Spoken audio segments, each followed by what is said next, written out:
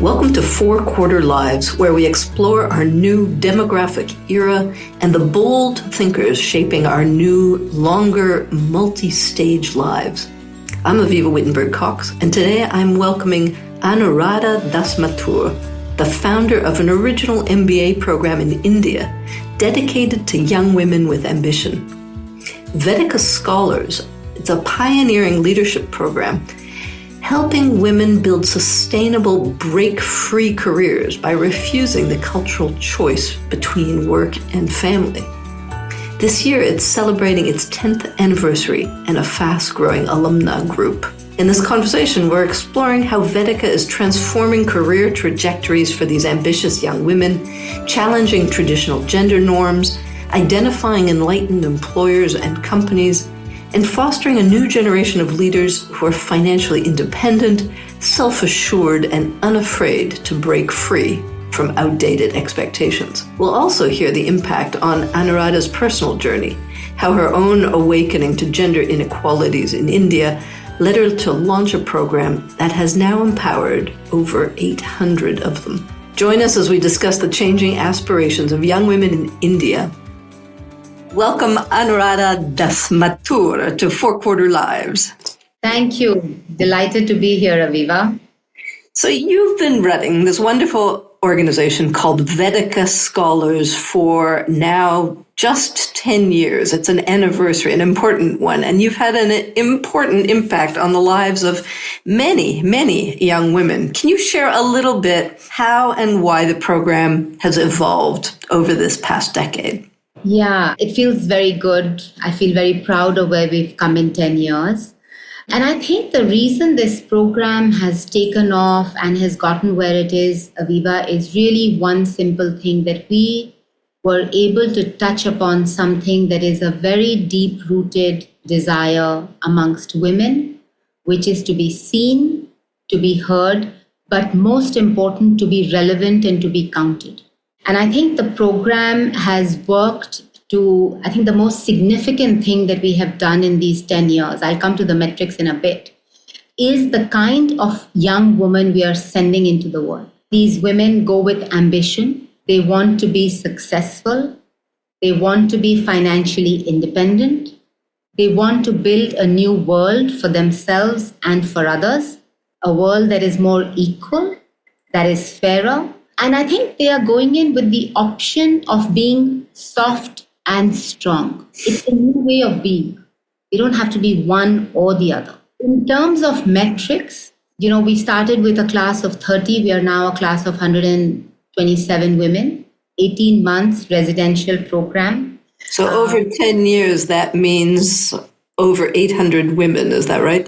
Yes, 800 women. They all have jobs. Yep. We have dropout rate of less than 10%, which was really our biggest success metric when we started out. Great roles. I think they're just making a reputation for themselves and therefore a reputation for that program, which feels a little bit better than just the 10 years that we've been around. So yeah, it feels very good.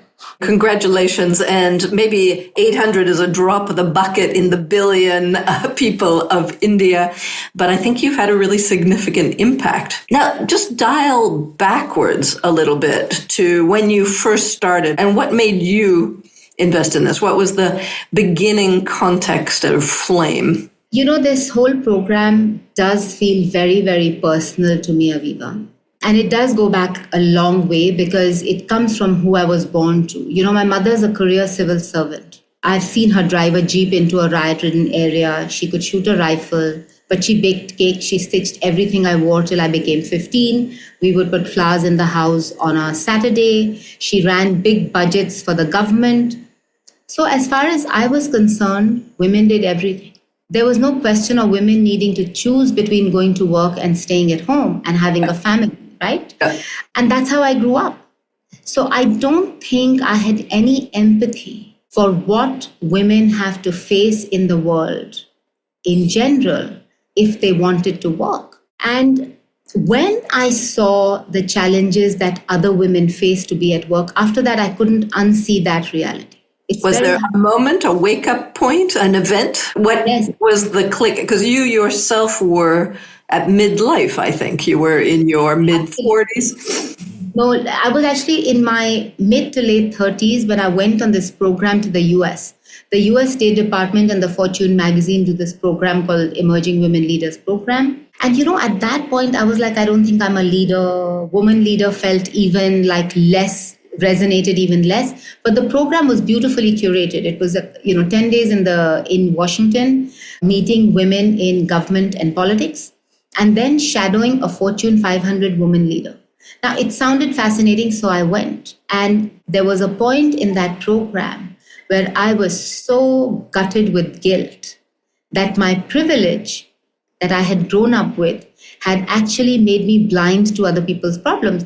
Avivah, it's a little bit like saying, I'm not poor, so there's no poverty. Yep. Because it's more visible. And I think there was a point on that trip when I said, in this lifetime, I will pay this privilege forward. So I think that was the birth. I love the intergenerational legacy pieces that your mother gave you this attitude, that all these female CEOs from America inspired you. And then in your own kind of midlife, you're giving back to the next generation. That's a pretty powerful message for many of us listening, I think. And I want to also focus in on the particular challenge for women in India and young women in India. And I love your hashtag, don't quit, that there are still some countries where the social pressure, cultural pressures are particularly strong on very young women, that as soon as they start families, they have to leave the workforce. What is it that you've done to convince women that this isn't true? And is this starting to seep out a little bit more generally across the country? Yeah, I think the truth of what's around you has started to become very visible to young women today. And we are doing our bit to bring that truth up, which is that this myth that we have been brought up with, that women need to choose between a personal life and a professional life, is just a falsely created choice. Yep. That you can actually have both. And, I read somewhere this very nice line. It says, if you can't see it, you can't be it. So we bring many, many role models to the program, and girls see that this is possible. I think the 2 or 3 other things that we are doing is, women of my generation, who have kids and daughters who are like 22, 24, 25, this generation is not shy of sharing their stories with their children. My mom would never tell me the dark side of life, right? So we all went into the workforce expecting a world of a bed of roses, but we didn't find it, right? And that's why women used to just drop off, because nobody told them how to navigate the forks and the decision points that come up in women's lives. This other myth that your biological clock and your career clock are exactly coterminous. They don't need to be. I think we have options. So what I've found, and I've been very surprised by, is mothers of women who are 20, 21, 22, 23 today are telling their daughters, financial independence is key to your life. I didn't think I'd see that in this lifetime. So they're coming to this program sort of self-selected, because the program says, if you don't want a career, don't bother. Yeah. So they're actually being nudged, pushed, and encouraged into the program by their mothers who feel that they did not make the right choice or didn't have that choice to make. Yeah, I think whatever it is, I think at 45, they feel like in some ways a little bit shortchanged by life. Right. They are sharing with their daughters that their opinion doesn't count. They don't have the right to make choices. And the fact that their relevance or their self-worth, in some ways, it just doesn't feel right. And this one line that dignity and dependence don't go hand in hand. That's the bedrock of Vedica. And if you have to have dignity, then you have to have some independence. Independent enough to demand dignity, that's really where we started out. And for that dignity, Avivah, money, there's no independence without some money of your own. Financial independence is like the mark of this. Yeah. So how does Vedica build that up? Give us a little bit of the inner workings of the program. How's it structured? What does it teach? And this lovely balance you have between the financial independence side, but also the self-expression and leadership side.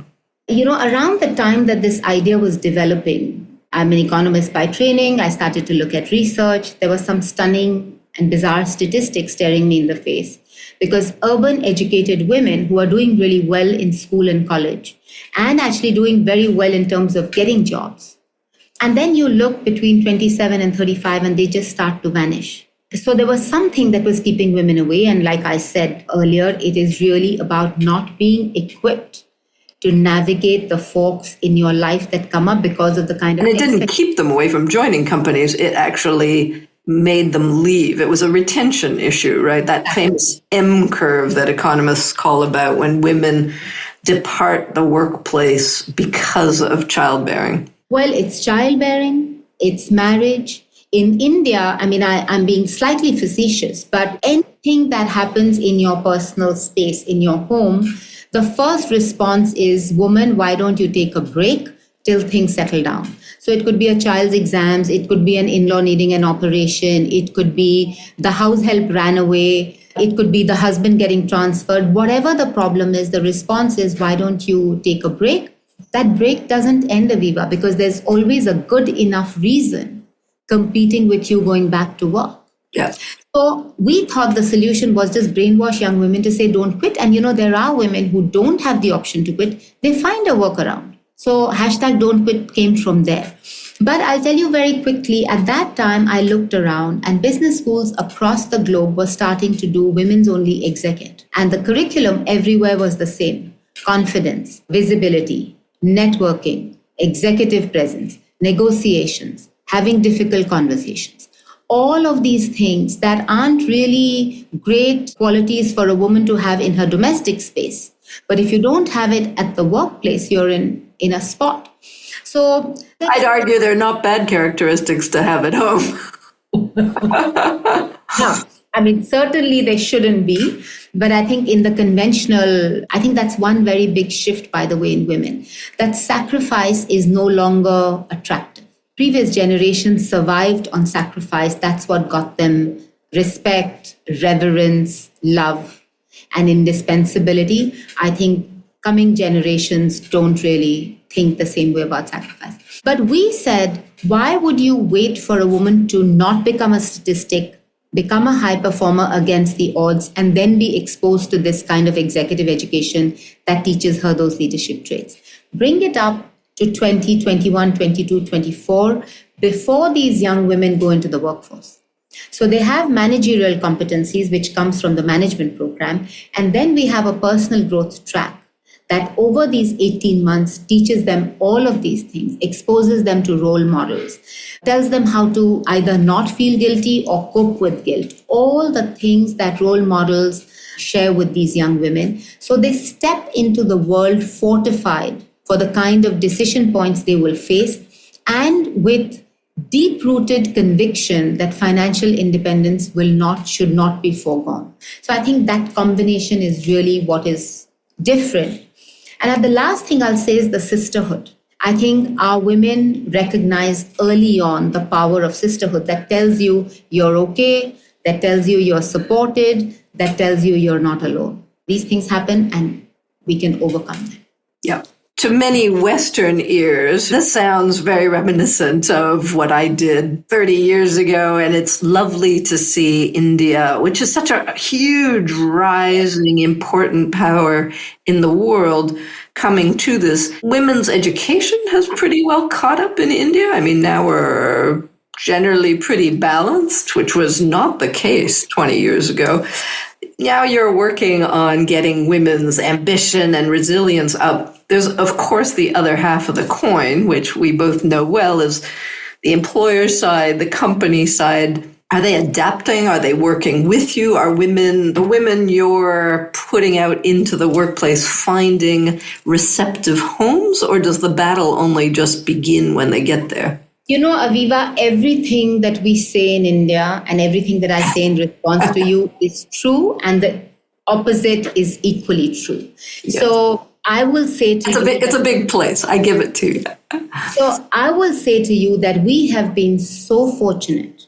Before I started Vedica, I remember going to about 20, 25 CHROs and saying, all of you have diversity targets. You want more women in the workforce. You hire them and then you lose them.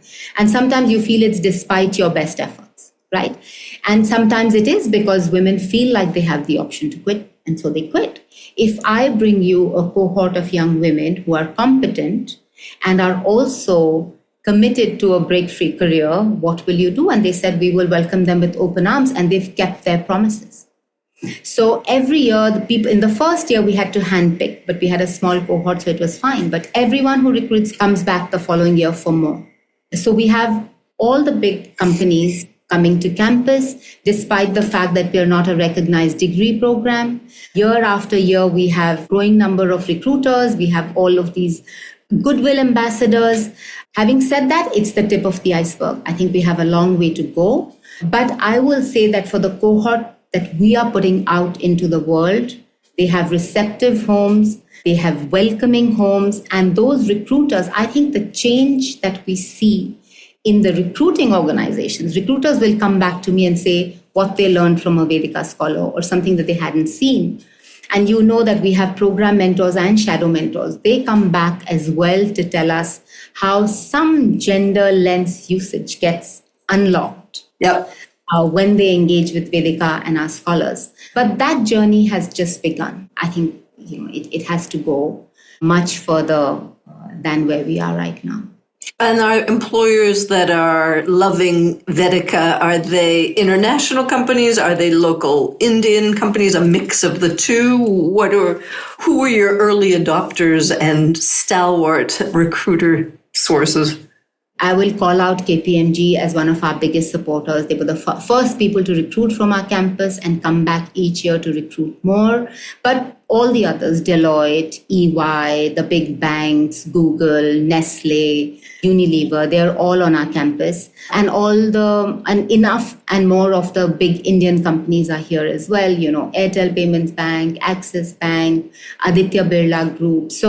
And then a whole bunch of founders, startups, Indian companies that are mid-sized. So our young women are doing a great job in founders' offices because of our focus on communication, critical thinking, project management. So of course, they go into traditional roles of management trainees, project management, etc.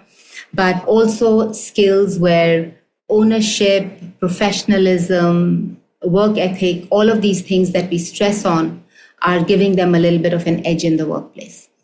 So what do you think the impact a decade on has been of Vedica beyond, the direct line of companies and families that you have impacted?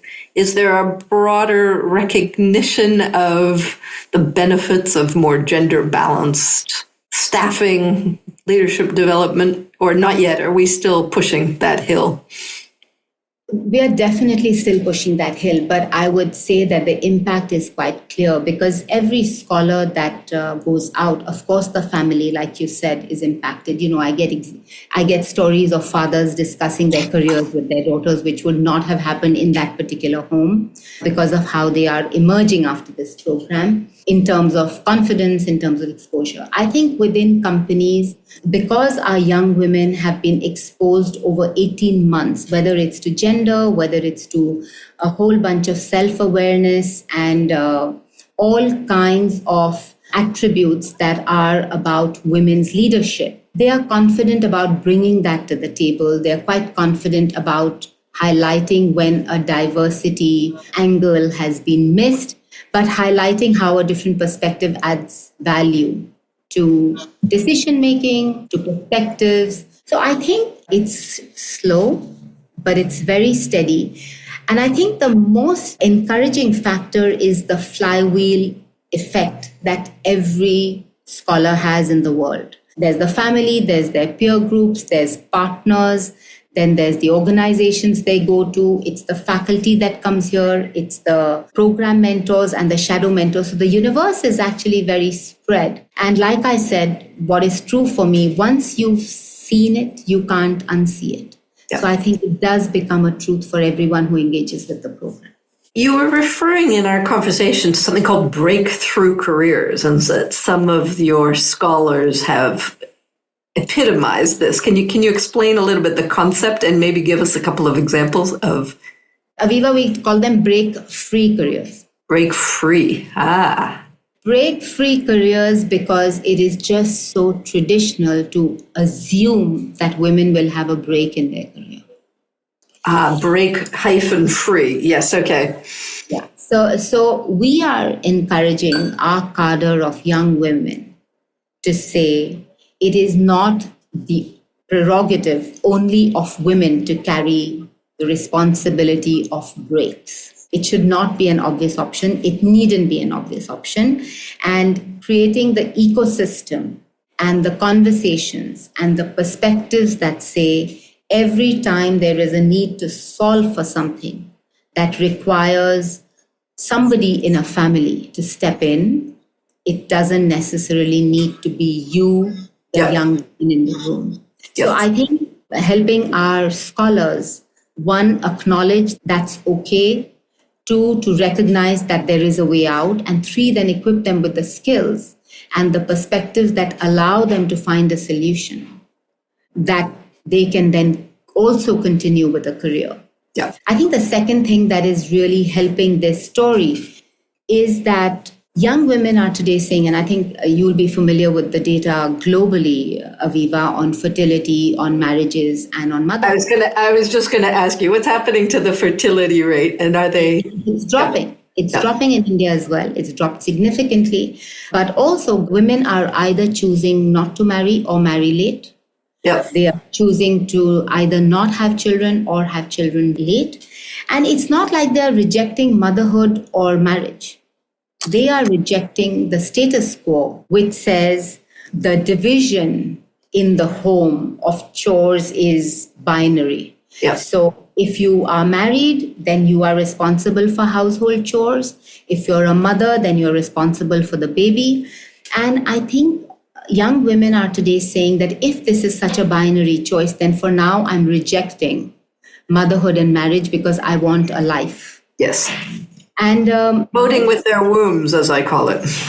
Yeah. And I think many of them now, partly at least because they're learning the vocabulary and also a little bit of the confidence that comes with independence and a job or a career, is that they're able to have those conversations with potential partners. It's very encouraging. It's anecdotal, it's urban, but I think it's there. And these trends catch on faster than you and I can see. You're lighting a fire, and we've seen it work elsewhere. And India is, a big country that will be changing very fast over the next decades. So I can imagine this catching on, and amazing the work you've done. So here we sit at your 10th anniversary. What's the vision ahead? Where would you like to see this grow over the next decade? And can it scale? You're in such a big country that the challenge is temptation to grow must be huge. It's very exciting and it's very daunting. Yeah. Because we started with just something that was an idea. It was a 4-page note in 2015, January. And at that time, because we didn't have much resources, and you're sort of trying to test a hypothesis. So really, Aviva, it was about coming into work every day and saying, okay, I can see some space here, and I'm going to put one foot ahead of the other where I can see space, but in a general direction. Now we look back and say, oh my God, we created something which seems resilient, which seems like it has the potential to grow, make a difference, start something, which feels perhaps a little bit like a movement. So for the next 10 years, we actually feel pretty audacious about where we can be and much more deliberate in terms of the direction, in terms of goals, in terms of what we can hope to achieve. So in that sense, very much more in the world with ambition, a little bit like the women we are sending out into the world. I feel like the organization mimics these young women. I think the 2 or 3 things that we hope will change very significantly is that so far we've been focused on the individual. We want to move more deliberately to organizations and to the system. So systemic change, influencing policy is going to be a big part. We're looking to set up something called the Vedica Center for Women's Leadership, which will do a lot more of this work. One quick example, case studies that are women-centric, 50 of them to feed the world of higher educational institutions, because people keep saying they don't have enough case studies that are centered around women's leadership. Yeah. And like I said, if you can't see it, you can't be it. So we have to do this for a large number of young women who will go out into the world. We feel very ambitious about our alum body. There are 800 alums out there. Women's institutions have very unextraordinary alum associations. And I feel, at the risk of being oversimplistic, it's really the lack of money and the lack of power in the past that sort of stumped these institutions. We feel every Vedica scholar is going to be financially successful. And so the Vedica alum body should really become a global gold standard in what a women's institution alum body could look like. So we're very excited. We're just starting that out. And I hope that. The last piece is we would like to be much more present in the global south, Africa, the Middle East, other parts of Asia, physically wherever possible. But I think we're becoming more and more convinced about a digital offering that takes the Vedica secret sauce to many more young women in the world. It can't be 100% no problem, but whatever we can take out, so I think we are, looking very, very eagerly at being present in a much more accessible way in other parts of the world. Fantastic. So if people can learn more, we'll be putting your contact details into the show notes. And if they would like to export Vedica's secret sauce, they can contact you. Is that right? Thank you. Yes, absolutely. So my last question, Anuradha, is just back to you. You started this with lofty goals and ambitions. How has it impacted you? What have you learned? What's your takeaway? And how has it changed your own career trajectory or dreams? It's the best question you could have asked, Avivah, because I feel like Vedica, the young women and I almost grow synergistically. And I'll give you one example. At Vedica, we teach young women to become familiar and comfortable with money and financial goals very early. I belong to the generation where money wasn't a good thing to talk about. Women who thought money were money-minded. And so I grew up saying, I do what I like. I don't care about the money.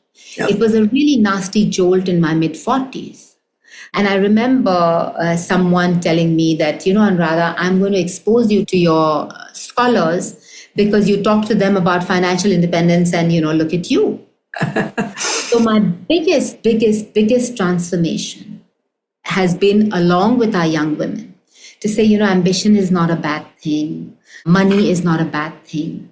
All of these, almost like a shadow, the things that we grew up. So I've questioned, like we've helped our young women question stereotypes, I've questioned every stereotype for myself. And I feel like a very different person from who I was 10 years ago. I love it, like the liberation of walking away from some previously held beliefs. Yeah, I think I created a life and world for myself, like for our scholars and for the institution. So break free but wealth rich is the vision, the dream, and the impact. Anuradha, thank you so much for sharing, this dream, this success, and these hundreds and hundreds of ambitious Indian young women that you are unleashing in the country and on the world. I wish you much, much success going forward and celebrate everything you built. Thank you for having been one of our flag bearers and someone who's been such a source of inspiration and support ever since we started out. So I look forward to your goodwill and your ambassadorship over the next 10 as well. Absolutely. We're not going anywhere. Thank you so much, Anuradha. Thank you. Thank you. Thank you so much. Bye-bye. 2025. Thank you. For more thinking about the impact of our 4-quarter lives, you can read my column at Forbes and subscribe to my Elderberries newsletter on Substack. Let's design lives that aren't just longer, but better.